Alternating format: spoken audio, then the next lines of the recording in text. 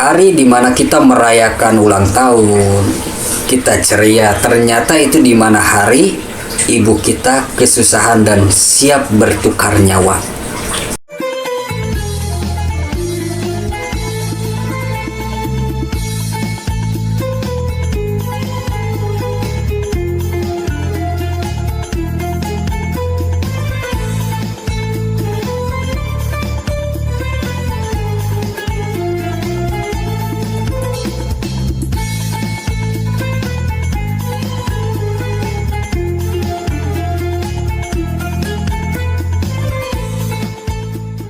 Assalamualaikum warahmatullahi wabarakatuh. Innal hamdalillah nahmaduhu wa nasta'inuhu wa nastaghfiruh wa na'udzu billahi min shururi anfusina wa min sayyiati a'malina may yahdihillahu wa la yudhlil fala hadiyalah. Amma ba'd. Subhanallah walhamdulillah wa la ilaha illallah wallahu akbar. Allahumma sholli ala sayyidina Muhammad wa ala ali sayyidina Muhammad. Alhamdulillah sahabat semua, kita berjumpa lagi di acara obrolan Surya Subuh ceria dan barokah. Mudah-mudahan di kesempatan subuh hari ini kita senantiasa dalam kesehatan dan kemudahan-kemudahan yang diberikan oleh Allah Subhanahu wa taala. Ya Umi, ada obrolan apa nih di kesempatan subuh hari ini untuk menemani sahabat Surya di rumah? Ya, Assalamualaikum warahmatullahi wabarakatuh. Waalaikumsalam warahmatullahi wabarakatuh semuanya. Abi, Umi mau tanya nih, bagaimana pandangan Islam tentang kelahiran? Melahirkan. Oh iya, tentang melahirkan. Nah, apalagi kan di zaman modern saat ini ada yang namanya melahirkan secara operasi sesar. Bagaimana hukumnya menurut Islam? Oke, kita bahas dari segi pahala ya. Jadi ada beberapa pahala nih Umi ya. Para sahabat, ada beberapa pahala nih yang tidak diberikan kepada setiap manusia, kecuali hanya para wanita saja yang dapat.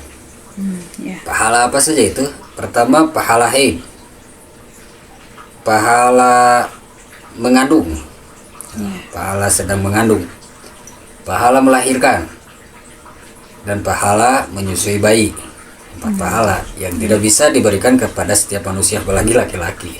Hanya prioritas terhadap kaum wanita. Bagaimana pahala haid? Haid juga berpahala Umi. Ketika sedang libur sholat, libur syariat, baca Quran, libur puasa Ramadan, libur berpuasa, tetap wanita atau para perempuan yang sedang haid mendapat pahala langsung dari Allah Subhanahu wa taala. Yang pertama, mendapat limpahan rahmat langsung dari Allah Subhanahu wa taala dan langsung mendapat ampunan dari Allah Subhanahu wa taala. Di saat sedang tidak sholat, tidak puasa, tidak baca Quran, tapi langsung mendapatkan limpahan rahmat dan ampunan dari Allah Subhanahu wa taala. Lalu yang kedua, pahala mengandung. Nah, nanti sebelum ke bab melahirkan kan. Ya. Pahala mengandung. Tahu Umi kan mengandung itu ya, Abi hanya tahu aja ya, nggak ngalamin. Susah payah. Bahkan dalam Quran surah Al-Ahqaf ayat 15 dijelaskan, difirmankan oleh Allah Subhanahu wa taala, ibunya yang mengandung dengan susah payah. Mengandung dengan susah payah dan melahirkan dengan susah payah juga. Mengandung dan menyapinya, maka dia mendapatkan pahala yang setimpal. Dalam Quran surah Al-Ahqaf ayat 15. Jadi mengandung dan melahirkan susah payah. Makanya Allah Subhanahu wa taala memberikan pahala yang luar biasa untuk kaum wanita yang sedang mengandung. Apa itu pahala yang didapat untuk kaum wanita yang sedang mengandung? Yang pertama, Allah Subhanahu wa taala memberi 1000 kebaikan dan menghapus 1000 daripada kehilapan. Luar biasa, Masya Allah. Yang kedua, sholatnya lebih utama.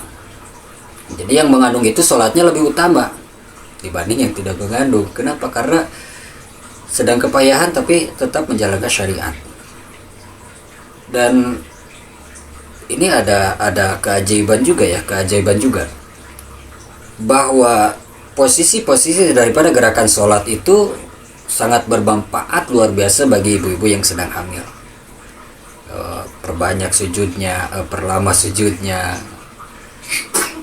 gerakan-gerakan daripada gerakan sholat benar-benar tumanina dijaga. Jadi ibu-ibu yang sedang mengandung dijaga sholatnya, mendapat keutamaan yang lebih utama. Yang kedua, mendapat pahala puasa di siang hari dan mendapat pahala sholat malam di siang hari, di malam hari. Tapi jangan mentang-mentang ini udah banyak pahala nih, jadi nggak usah menjalankan syariat, tetap berpahala. Enggak, tetap menjalankan syariat dan kita akan mendapatkan reward lebih dari pahala-pahala ketika para wanita ini mengandung. Allah Subhanahu wa Ta'ala memberikan pahala siang harinya seperti pahala orang yang berpuasa, malam harinya seperti pahala orang yang sholat sepanjang malam. Itu bagi orang-orang yang mengandung. Yang kedua, mendapat pahala mati syahid. Jadi mendapatkan pahala mati syahid seperti yang diriwayatkan dalam hadis Nasa'i, bahwa yang mengandung dan melahirkan itu mendapatkan pahala mati syahid. Yang selanjutnya pahala berjihad di jalan Allah Subhanahu wa Ta'ala. Nah, untuk pahala melahirkan, Allah Subhanahu wa Ta'ala sama akan memberikan pahala jihad fisabilillah. Yang kedua, mendapatkan pahala mati syahid. Dosa-dosanya diampuni Allah Subhanahu wa Ta'ala. Setiap kebaikannya dilipat gandakan oleh Allah Subhanahu wa Ta'ala. Dicintai Allah Subhanahu wa Ta'ala, disertai dan dinaungi para malaikat ketika melahirkan. Ini Masya Allah pahala yang luar biasa yang didapatkan oleh kaum wanita. Karena melahirkan itu seperti tadi yang difirmankan oleh Allah Subhanahu wa Ta'ala dalam Quran surah Al-Ahqaf ayat 15, begitu susah payah. Bahkan dalam tafsir Quran surah Al-Isra ayat 23, sakitnya melahirkan itu bagaikan 20 tulang yang dipatahkan secara bersamaan. Dan menurut pandangan medis itu sakitnya itu sama dengan 57 del. Meskipun setiap orang itu beda-beda kadarnya, beda-beda merasakannya. Dan pendapatnya lebih tepatnya diukur dengan dolometri, itu satuan untuk mengukur rasa sakit. Tapi pada umumnya sama saja, sakitnya seperti 20 tulang yang dipatahkan secara bersamaan. Maka dari itu memang benar wanita itu adalah makhluk terkuat di muka bumi. Laki-laki kalau misalkan sudah sakit gigi aja sudah sepertinya sudah nulis apa tuh? Surat wasiat. Surat wasiat. Dikasih demam saja udah, subhanallah.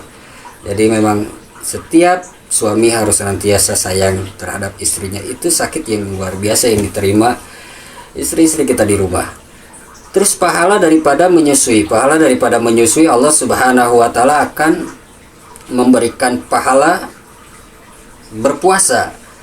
Terus mendapatkan pahala membebaskan budak-budak. Seperti dalam sebuah hadis, pahala menyusui itu sama dengan memerdekakan budak-budak dari keturunan Nabi Ismail alaihissalam. Dan memerdekakan budak-budak, kita akan mendapatkan keutamaan, yaitu terbebas dari api neraka. Selanjutnya pahala menyusui yaitu diampuni dosa-dosa oleh Allah Subhanahu wa Ta'ala. Ini yang sedang mengalami fase-fase ini, para wanita yang sedang haid, yang sedang mengandung, yang sedang melahirkan, ataupun sedang menyusui anaknya. Kan lelah letih tuh Mi ya, lelah letih, terbangun tiap malam, terkuras fisik. Tapi ini adalah reward dari Allah Subhanahu wa Ta'ala yang mudah-mudahan akan menambah semangat yang luar biasa. Jadi mudah-mudahan para ibu-ibu di manapun berada, sahabat-sahabat Surya, senantiasa dalam lindungan dan rahmat Allah Subhanahu wa Ta'ala. Nah, tadi Umi bertanya bagaimana hukum Islam tentang operasi sesar. Kan secara operasi sesar. Iya. Di zaman modern ini ada operasi sesar, bahkan ada operasi sesar IREX yang cepat pemulihannya. Bagaimana sih pandangan tentang hukum daripada operasi sesar? Operasi sesar tanpa indikasi medis, para alim ulama itu sepakat hukumnya haram. Bahkan melanggar juga kode etik daripada kedokteran. Tanpa indikasi medis. Dan ketika operasi sesar dengan indikasi medis, darurat medis, misalkan plasenta menutupi jalan rahim, bayinya sungsang, ya, dengan indikasi bagaimana caranya agar anak selamat, ibu selamat. Misalkan pecah ketuban lebih dini, ataupun hari-hari terpisah sebelum waktunya, ya, banyak hal lah indikasi medis yang menyebabkan harus ditindak secara operasi sesar Dalam jurnal Islam, menurut pandangan 4 mazhab itu diperbolehkan ketika operasi sesar itu dilakukan dengan adanya alasan indikasi medis atau darurat medis untuk menyelamatkan ibu dan anak. Jadi diperbolehkan. Dan dikomentari oleh Syekh Muhammad Saleh Al-Munajjid, ketika seorang dokter bermudah-mudah melakukan operasi sesar karena ketamakan melihat upah yang begitu besar, puluhan juta kan, bahkan 35 sampai 38 kan. Kurang lebih seperti itu. Jadi kalau dilakukan dengan bermudah-mudah karena ketamakan si dokter ini, ataupun dilakukan oleh seorang ibu karena tidak sabar atau memilih nomor cantik tanggal cantik, biar lebih keren lahirannya, ataupun menghilangkan rasa sakit ketika lahiran, maka sesungguhnya sudah menghilangkan faedah yang begitu banyak. Dan sepakat para alim ulama menghukumi haram seperti ini, nggak boleh. Jadi kalau ada indikasi medis itu diperbolehkan. Bahkan Allah Subhanahu Wa Taala kan berfirman dalam Al-Quran, untuk keselamatan jiwa, untuk mengurus keberlangsungan manusia, itu difirmankan dan diperintahkan oleh Allah Subhanahu Wa Taala. Jadi kalau ada indikasi daripada medis itu diperbolehkan. Apalagi kita mempunyai pengalaman ya, mempunyai pengalaman kemarin ketika lahiran harus ditindak secara operasi sesar, bukan keinginan. Jadi mungkin di luar sana ibu-ibu yang mendapat jalan harus operasi sesar, boleh jadi dan bukan boleh jadi, sudah pilihan, bukan keinginan. Karena ada indikasi-indikasi medis yang mengharuskan itu yang dijalani. Sedikit cerita. Jadi berapa bulan kita ya? 7 bulan ya. 7 bulan itu posisi bayi itu kepala masih di atas ya. Kepala masih di atas dan kaki di bawah. Dari 5 bulan sih. Dari 5 bulan ya. Kalau misalkan tidak berputar, jadi indikasinya 2 itu ada plasenta di bawah dan bayinya kalau sungsang gitu, bukan ya?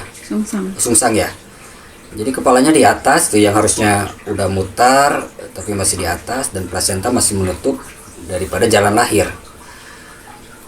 Terus baca-baca artikel, baca-baca daripada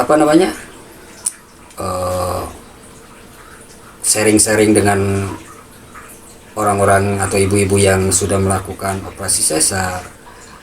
Ternyata dengan gerakan sujud itu biasanya si bayi itu berputar ke posisi yang seharusnya. Akhirnya saya nyuruh istri untuk ketika sholat itu lebih diperlama sujudnya. Dan alhamdulillah ketika di berapa minggu ya? 36 minggu ya?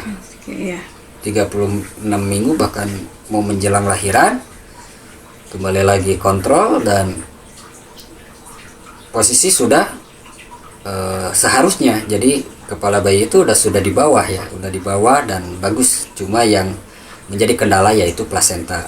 Jadi indikasi medisnya itu plasenta preveria kalau nggak salah ya. Jadi plasenta menutupi jalan rahim. Jalan rahim atau jalan lahir anak gitu ya, tertutupi oleh plasenta itu. Ini nggak bisa bergeser-geser nih sampai usia 37 minggu, nggak geser. Akhirnya dokter ngasih saran untuk operasi sesar gitu. Meskipun ada 2 pilihan waktu itu, bisa saja ditempuh jalur lahiran normal, dipaksakan lahiran normal, tapi khawatir terhadap ibu dan anaknya. Ibunya akan mengalami pendarahan yang hebat, juga khawatir terhadap anaknya. Menerima kabar untuk operasi sesar bukannya senang, karena itu pertama kali buat kita. Saya sebagai suami waktu itu shock. Selama bulan puasa itu nggak bisa tidur, was-was, karena terbayang itu takutnya hari terakhir kan, ketemu istri hari terakhir. Jadi melek dikit, jumpai istri, peluk istri, cium istri, karena kekhawatiran yang begitu luar biasa. Nah, untuk menutup kekhawatiran ini, begitupun Umi ngerasain kekhawatiran yang sama karena pertama kali juga kan. Iya, ada. Gugup dari awal. Yang pertama ya kita memperbanyak daripada ibadah, tawakal dan doa kepada Allah Subhanahu wa taala, itu ngaruh untuk mental kita, lebih ngaruh, dan kita pasrah kepada Allah Subhanahu wa taala. Kalau ini jalan yang harus ditempuh yang terbaik, maka selamatkan, permudah, panjang umurkan. Itu doa-doa yang senantiasa dilantunkan. Yang kedua itu memperbanyak pengetahuan tentang operasi sesar. Jadi waktu itu Umi Abi baca artikel-artikel, nonton daripada acara-acara YouTube yang berkenaan dengan operasi sesar, bahkan mengikuti grup-grup yang seputar operasi sesar untuk menambah pengetahuan. Menambah pengetahuan bagaimana sih operasi sesar ini. Bukan cuma itu, nama dokter yang akan menangani, dari mulai dokter obginnya, dokter anestesinya, dokter yang akan menindaknya. Habis itu browsing dulu, cari track recordnya, rumah sakitnya, dicari tahu semuanya. Terus salah satunya habis sering nonton juga itu acara di Facebook, real Facebook itu doa Ibu Persada, kalau nggak salah Dokter Indra yang senantiasa menangani proses lahiran normal ataupun sesar. Di acara doa Ibu Persada, bisa nanti sahabat lihat. Salam hormat untuk Dokter Indra, acaranya sering saya tonton, menjadi manfaat yang begitu luar biasa banyak. Semoga senantiasa Pak Dokter ini beserta keluarga besarnya Allah Subhanahu wa taala merahmati dan memberikan senantiasa kesehatan dan kemudahan. Amin ya Allah ya rabbal alamin. Jadi saya sering nonton dan memperbanyak pengetahuan tentang operasi sesar. Terus apa saja tahapannya, karena kan nggak tahu tuh tahapannya apa, nggak tahu juga tahapannya apa. Jadi memperbanyak pengetahuan. Juga yang ketiga itu yang terpenting saling menguatkan antar pasangan, memotivasi. Ya, saya sering motivasi tuh, nanti seperti ini sesar itu, jangan takut. Meskipun memang nggak bisa dipungkiri sebagai manusia, apalagi pertama kali mendengar kabar harus namanya operasi kan, perut dibelah, ya tetap takut. Apanya yang enjoy aja, nggak ada enjoynya, bahkan nggak bisa tidur, masih was-was waktu itu. Singkat cerita, dokter yang akan menanganinya, dokter obginnya, memberikan tanggal untuk datang ke rumah sakit di salah satu rumah sakit. Jadi mohon maaf juga, saya belum bisa menyebutkan nama rumah sakitnya dan dokter-dokter yang menanganinya, karena ketika minta izin belum ada jawaban sampai video ini dibuat. Nah, ketika itu tanggal 3 datang ke rumah sakit dan kita stay di rumah sakit karena ditindaknya itu tanggal 4-nya hari Jumat jam 8. Jadi kita stay di rumah sakit selama 1 hari, ya nginap di sana semalam. Terus diberikan pengetahuan oleh suster-susternya, dan alhamdulillah di rumah sakit itu masya Allah suster-susternya luar biasa baik-baik, nyaman-nyaman, meskipun udah ibu-ibu kebanyakan dan saya menganggapnya semuanya adalah ibu saya sendiri. Begitu nyaman, luar biasa, begitu nyaman. Diberikan pengetahuan tentang operasi sesar, terus bagaimana yang harus dilakukan. Karena kita waktu itu nggak tahu apa saja yang harus dibawa ya Umi ya. Kita nggak tahu apa aja yang harus dibawa, meskipun dokter sudah memberikan garis besarnya yang simpel-simpel. Masa sih mau operasi bawanya cuma ini aja gitu. Akhirnya serba dibawa. Suster-suster di sana kaget, mau kemana Pak ini, mau kemana Pak? Karena bawaan kita yang paling banyak di rumah sakit, serba dibawa. Bahkan untuk baju bayi berapa setel, baju Abi aja berapa setel kan waktu itu, bawanya begitu banyak lah. Kita browsing juga apa saja yang harus dipersiapkan, dan hanya mempersiapkan ya baju perlengkapan bayi, terus apa namanya itu tuh, pendil ya, buat buat hari-hari ya, buat hari-hari. Terus apa, kebutuhan ibu, underpad ya, seperti gitulah. Itu adalah bisa browsing, bisa nanya langsung ke dokternya. Itu nanti dipersiapkan, terus kita stay, habis stay besoknya ditindak. Nah, itu memperbanyak doa, memperbanyak ibadah itu semalaman. Bahkan saya nggak tidur sama sekali sampai malam karena jam 4-nya itu suster menjadwalkan istri saya itu harus mandi terlebih dahulu, harus bersih sekali, kalau bisa mandinya itu 2 kali. Kebetulan di sana ada water heater ya, jadi bisa mandi air hangat. Jadi jam 4 saya bangunin tuh, mandi, saya izin beliau mandi, saya izin keluar juga sambil cari makan sambil sholat subuh juga. Terus balik lagi udah beres semuanya. Dan dipasang apa namanya itu teh? Kateter ya? Kateter. Ya itu, ya gimana rasanya sakit ya? Lumayan. Masya Allah, itu jadi penggugur dosa juga. Dipasang kateter itu sakit dan susternya juga ngomong ini sakit tapi ditahan ya. Jadi bawaannya itu nyaman ya, susternya bawaannya Suster, nyaman. bidan, perawat semua. Bidan, perawat, dokternya bawaannya nyaman semuanya. Lalu dipasang, lanjut cerita jam 8 teng udah dibawa ke ruang tindakan operasi. Nah, Umi selama abis nunggu di luar itu 1 jam itu gelisah, nggak enak duduk, nggak enak berdiri, nggak enak ngapa-ngapain. Yang terbayang itu, ya Allah beri keselamatan, ya Allah permudah, beri keselamatan. Singkat cerita, keluar Umi udah nemuin bayi, alhamdulillah selamat. Umi keluar, Umi pas masuk ruang inap lagi, jadi istri itu menggigil hebat. Tapi kan sebelumnya sudah cari tahu tentang hal ini kan, nanti ada efeknya, ada yang menggigil, ada yang halusinasi. Cuma waktu itu yang dirasain menggigil, udah diselimutin tuh pakai sejadah, pakai selimut yang dibawa, pakai selimut yang di rumah sakit, pakai sarung, pakai sorban, udah berapa lagi. Nah, saya ingetin emang efeknya seperti ini efek dari hasil operasi. Jadi mau diselimutin berapa juga tetap bawaannya dingin tetap.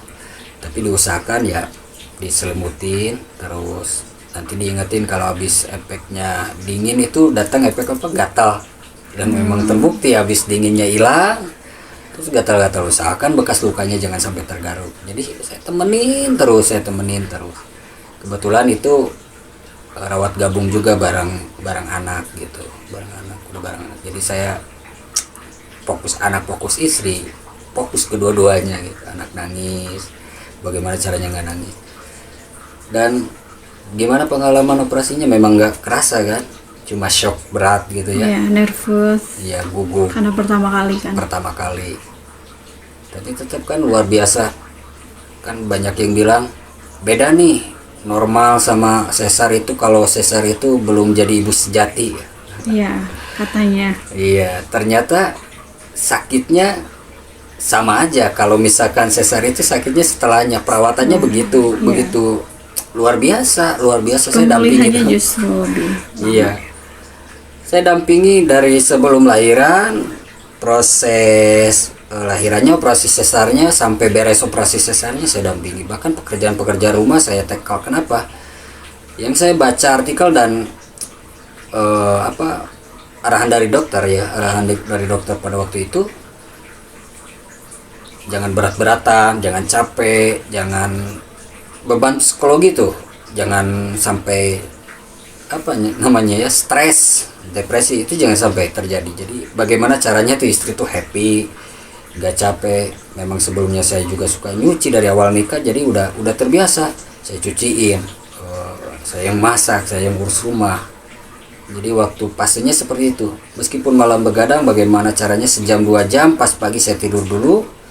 Sebelum zuhur saya bangun, habis zuhur persiapan buat ngajar sampai Isa khidmat rumah lagi, ngelayani rumah lagi sampai besok paginya, berputar seperti itu sampai detik ini gitu. Sampai detik ini. Ya mudah-mudahan dengan seperti ini bisa cepat pulih ya. Sekarang ada perkembangan lebih baik. Ya buat jalan aja pertama itu mungkin di rumah sakit masih bisa jalan, tapi pas di rumah itu jalannya susah dan khawatir. Tapi harus belajar gerak. Cuma arahan dari dokter geraknya jangan terlalu dihentak, step by step, step by step, step by step. Nah ini pengalaman yang didapat, jadi udah 3 kali pengalaman ya. Pakum ngalamin, normal ngalamin, sekarang Allah Subhanahu wa taala takdirkan untuk sesar. 3 pahala mati syahid, 3 kali, bahkan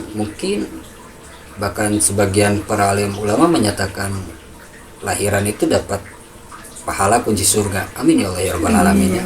Mudah-mudahan ibu-ibu di luar sana yang mau lahiran normal, mau lahiran sesar, Allah Subhanahu wa taala senantiasa memberkahi, Allah Subhanahu wa taala senantiasa mempermudah, melapangkan rizki, memberi kesehatan bagi ibu dan anak-anaknya. Amin ya Allah ya rabbal alamin.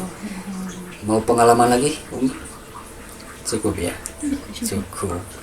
Mudah-mudahan ya, pengalaman yang didapat juga bisa bermanfaat untuk sahabat-sahabat di rumah, apalagi misalkan ada jalan yang harus ditempuh sama, yaitu melakukan operasi sesar.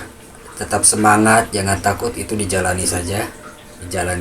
Nanti ketika recovery-nya, beres operasi sesarnya, minta didampingi sama suami untuk dipermudah segala hal, dari pekerjaan rumah, bagaimana suami harus membuat happy, itu jangan sampai depresi. Jangan sampai depresi. Peran suami juga sangat penting, sangat penting. Makanya saya paling depan. Dukungan yang paling utama tuh dari suami ya. Paling depan. Terus waktu itu kan Umi belajar menyusui siang harinya, malam harinya saya yang nyusui ibu-ibu. Bikin dot, jadi didamping sama susu formula karena arahan dari dokternya biar si ibunya cukup istirahat gitu. Jadi malam saya yang jaga, bikin dot, bagaimana gendong anak, jadi memperbanyak juga wawasan, banyak sharing sama ibu bapak dokter, sama ibu-ibu bidan, ibu-ibu suster. Ini fase-fasenya seperti apa nih nanti anak 1 bulan 0 sampai 1 bulan seperti ini, nanti ada fase growth apa gitu anak rewel. Jadi menambah wawasan pengetahuan, dan habis sebagai suami harus siap gitu, harus siap. Dan sehat ya, kalau sebagai suami, aduh capek ya, cuma capek kita cuma capek, cuma waktu terkuras, fisik terkuras. Tapi sebagai istri bukan cuma fisik, bukan cuma waktu, nyawa dipertaruhkan. Makanya kalau untuk banding-bandingan udah kita kalah lah, gak usah banding-bandingan, kita kalah. Istri-istri kita itu mempertaruhkan nyawa demi melahirkan si buah hati. Dan sekarang baru sadar, hari dimana kita merayakan ulang tahun, kita ceria, ternyata itu dimana hari ibu kita kesusahan dan siap bertukar nyawa ya. Sedang berjuang, sedang banjir darah, sedang kepayahan. Itu adalah hari ulang tahun kita, ketika kita rayakan, ketika datang kue, kita nyanyi-nyanyi, kita happy, ternyata itu adalah hari dimana ibu kita kepayahan, hari dimana ibu kita banjir darah, hari dimana ibu kita kesakitan. Jadi lebih eloknya, lebih bijaknya hari lahir kita pakailah untuk senantiasa mengingat jasa ibu, lebih menyayangi ibu. Justru apa yang seharusnya, misalkan kita ulang tahun, kita terima kado, justru kita yang harus ngasih kado ke ibu. Mungkin seperti itu ya. Inilah sedikit pengalaman, juga tadi sempat kita bahas pahala-pahala dan pandangan daripada agama mengenai operasi sesar. Mudah-mudahan sedikit pengalaman ini bisa bermanfaat. Ibu-ibu sahabat Surya di rumah yang akan menjalani lahiran normal ataupun operasi sesar, Allah Subhanahu wa taala beri kelancaran, Allah Subhanahu wa taala beri kemudahan.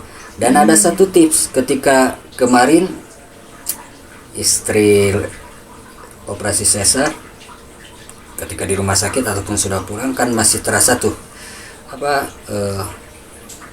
sakit-sakitnya itu kan masih kerasa, jahitannya itu masih kerasa. Saya amalkan itu satu doa, Robbi anni masani yaduru wa anta ya arhamur rahimin. Saya khususkan Fatihah untuk istri saya.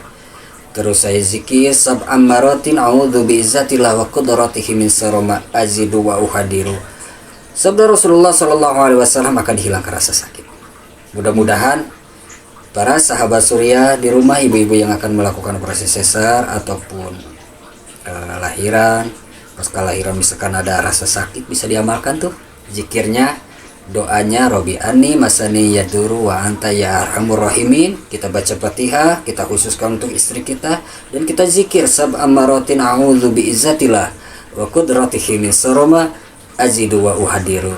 Mudah-mudahan Allah Subhanahu wa taala meringankan rasa sakit istri-istri kita ketika sudah melahirkan dan bisa cepat pulih kembali.